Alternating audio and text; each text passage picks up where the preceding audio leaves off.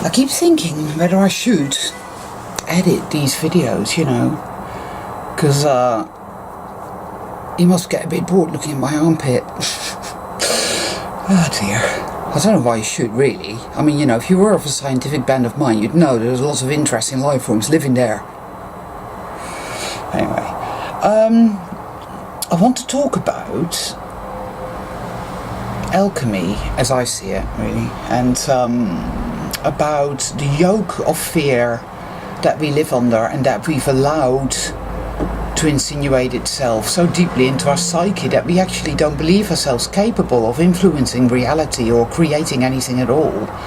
That we actually believe that reality is set in stone, it's immutable, and the only way you're going to change it is by A, violent revolution, B, what's that one again, where you all sit around and do absolutely nothing. That is a kind of protesting. I think they did it a lot in the 60s, probably because they were so stoned they couldn't be bothered to do anything else, so they came up with this idea of protesting where you just sit around and do absolutely nothing and occasionally pick your nose and then something changes and the government falls and it's replaced by, I don't know, something else, all whilst you were busy picking your nose and doing nothing or something. I don't know. Yeah. Anyway, I just... like I said, I've been practicing, right? These horrible, fearful thoughts saying, oh, this is going to happen, that's going to happen, that's going to happen, and that's going to happen. It's all going to be terrible and sad, and you're going to have to kill yourself because your life will just be so horrific. And look at all the terrible things that are happening all around the world. And oh, it's all terrible, it's terrible, it's terrible, it's terrible. Right? Doom, doom, doom. And the image I get in my head over and over and over again is a cross, which is resting here on my neck and my shoulders, you know, a bit like Jesus carrying his cross all the way up to Golgotha, though his had wheels on, mine doesn't. It's our nervous system that they use against us. Our nervous system, you know, the fight or flight thingy. You know, our nervous system is what they have used to enslave us. Don't ask me to go into the ins and outs of that, because I'll be talking for a very long time, but suffice it to say that it has something to do with our nervous system, and it affects everything.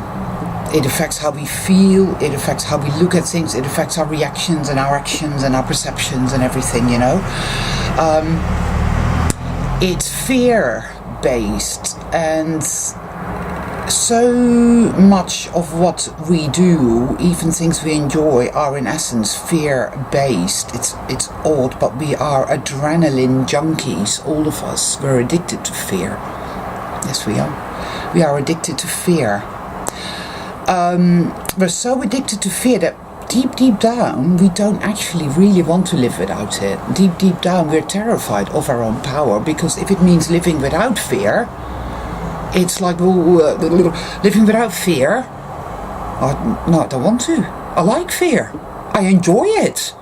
And I am not fucking well letting it go. I am going to sit here and I'm going to be fucking afraid. Right? Something like that.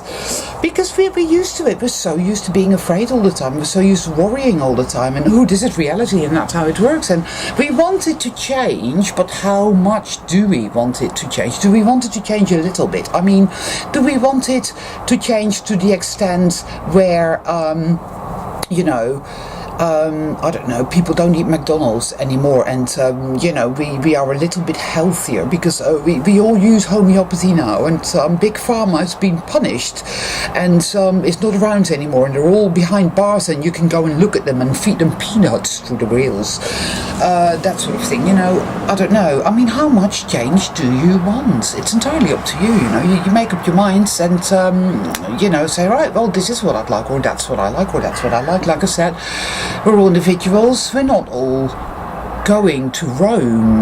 There are many cities and there are many different roads, and you can go wherever the hell you like.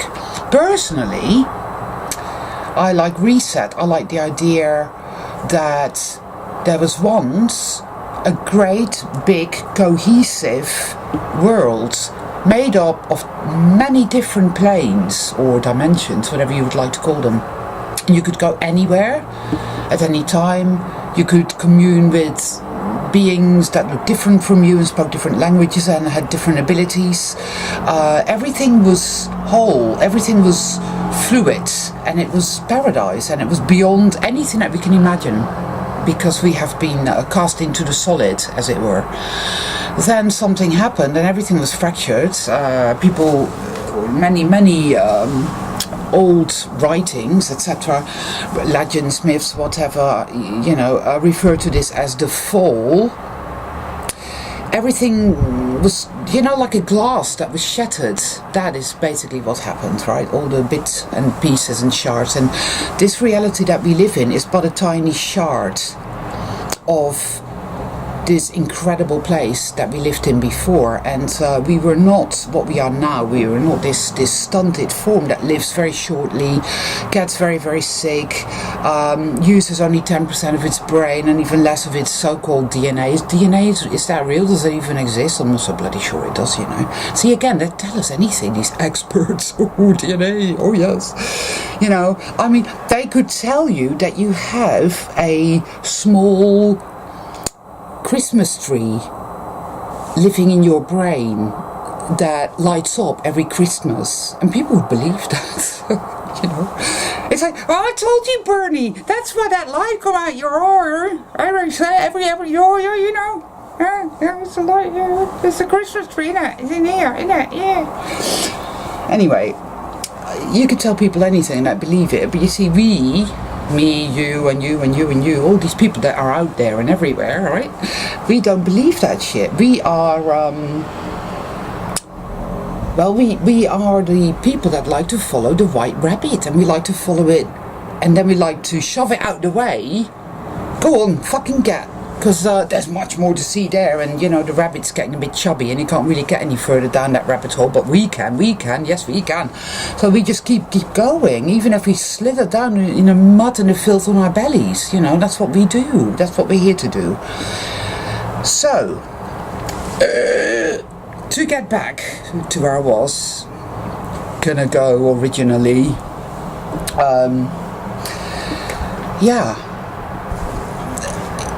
I imagine that the biggest problem, the biggest obstacle to reset is fear, the yoke of fear, that this nervous system impeding thing that we carry around, and it has to be dissolved.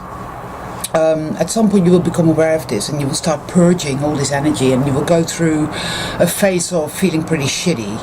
And maybe you will see, like I do, these images and these visions of what is happening in your body as you're clearing out all this energetic shit, all these implants, etheric implants, energetic implants that have been put in our bodies at various places that are literally keeping us down.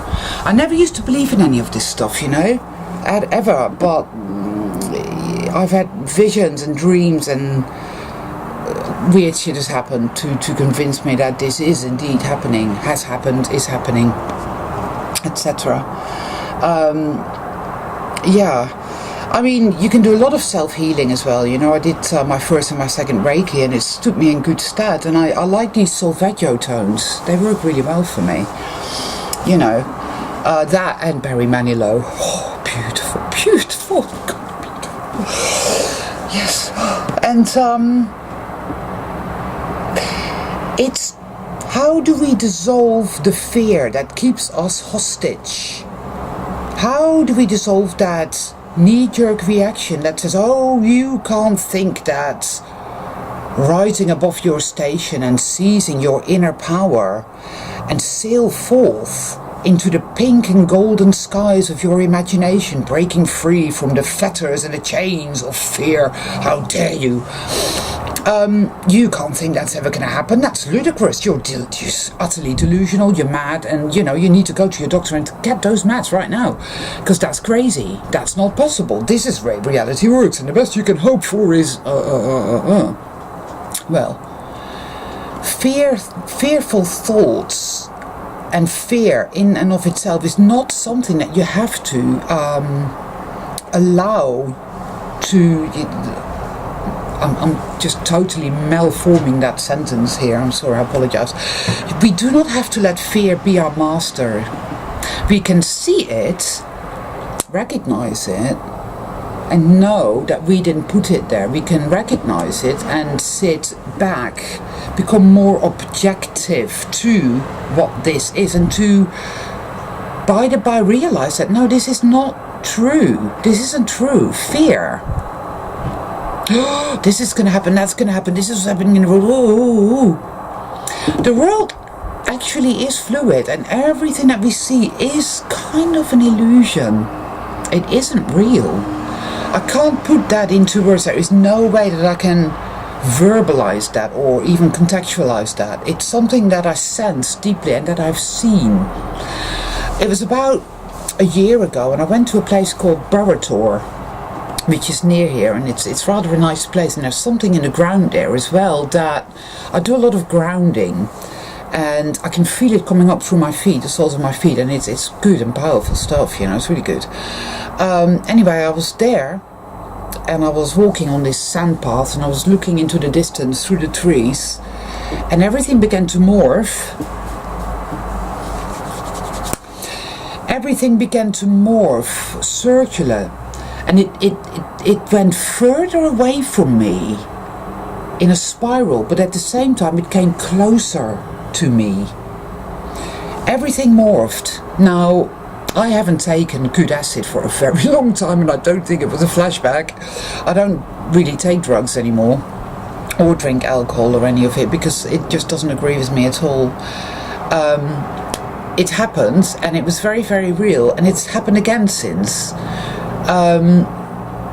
I've seen lots of things, and I've had visions, and I've had dreams, and I know beyond a shadow of a doubt that this is not what we think it is, feel it is, or at least not for me.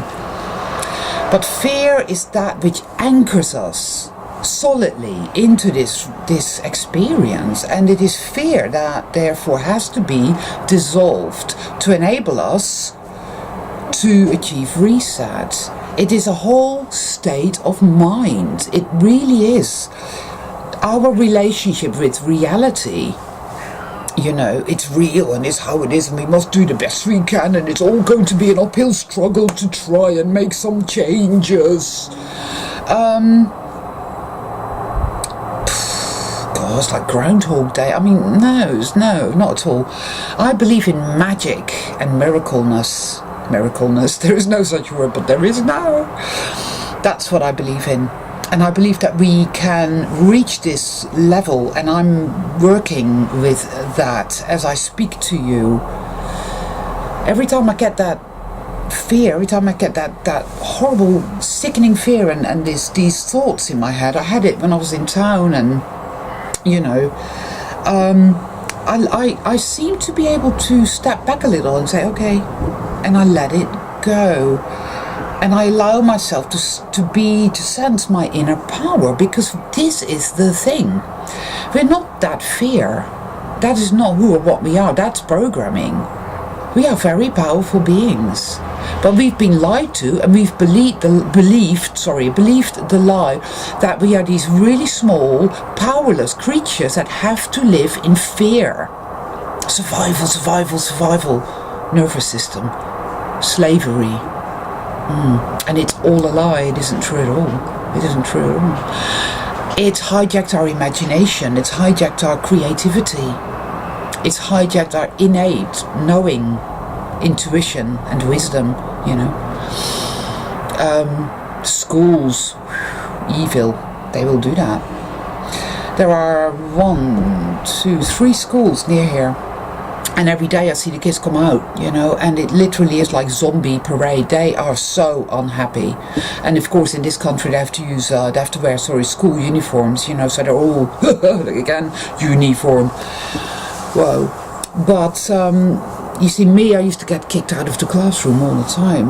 That's how I ended up smoking so early, because it was always asking questions, you know, and they went on about the wonderful great Roman Empire, and I would be there going, yeah, but it was founded on slavery and abuse and filth and whatnot, and out. So I'd be behind the Bikeshare smoking doobies, you know, with assorted never-do-wells and misfits, not being indoctrinated and having interesting thoughts and conversations instead, you see. Yeah. Anyway, you know what, yesterday, I just thought I'd mention this, I have no idea why. I decided to have a Ciggypool, a little Ciggypool, because I wanted to know whether it would still make me feel nice and whether I still, you know, had this kind of relationship with a cigarette. And you know what, I had 3 drags and I put it out. It was foul and disgusting, and I'm really chuffed about that, because it's like, wow, I thought it was going to be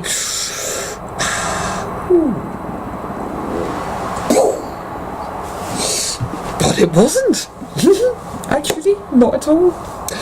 It was like, it was like I'd put my lips around the exhaust pipe of a diesel car and asked the person driving it to start up. It was horrible. So I'm really happy. I think this is good. And this really heavy black depression that obviously came up after I stopped smoking, directly related to the purging of all this, you know, nervous system hijacking nasty slavery shit. Yeah, well, that had to happen. I was told, I knew. It was amazing, the synchronicity before I stopped smoking, truly.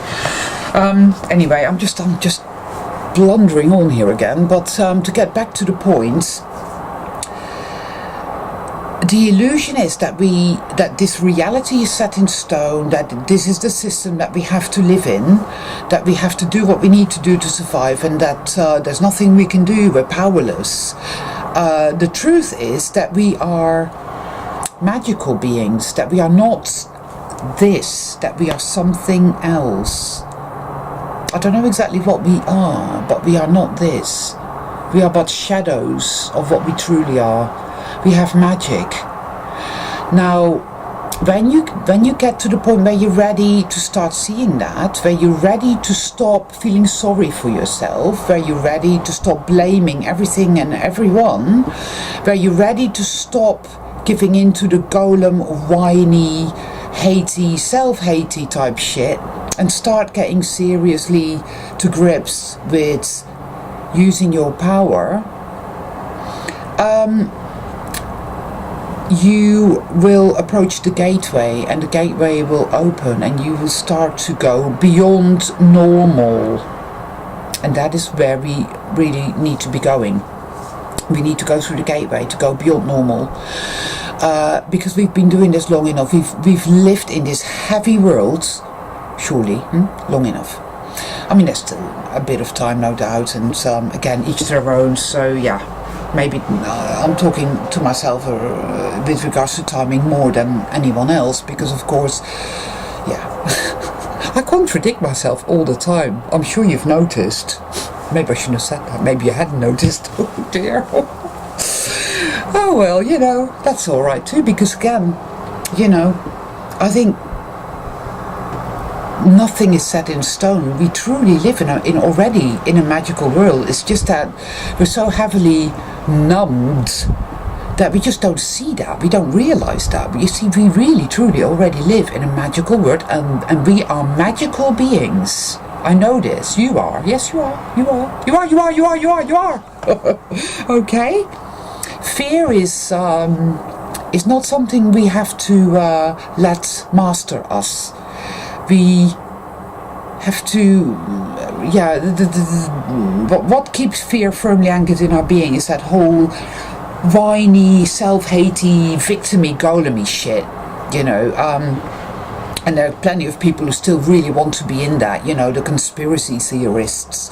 They're not, for example, they're not solution-oriented, you know, they just, everything's shit, hate, rage. Really, they just hate themselves, and they want to be victims because they're addicted to it, because it's a perversion. That's really what it is. You know, so, but once you've worked through that will take great will and courage.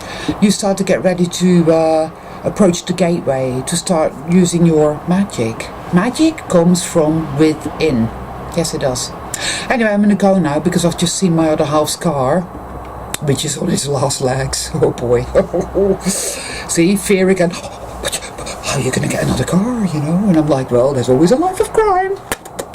Anyway, love you all. See you soon. Meow.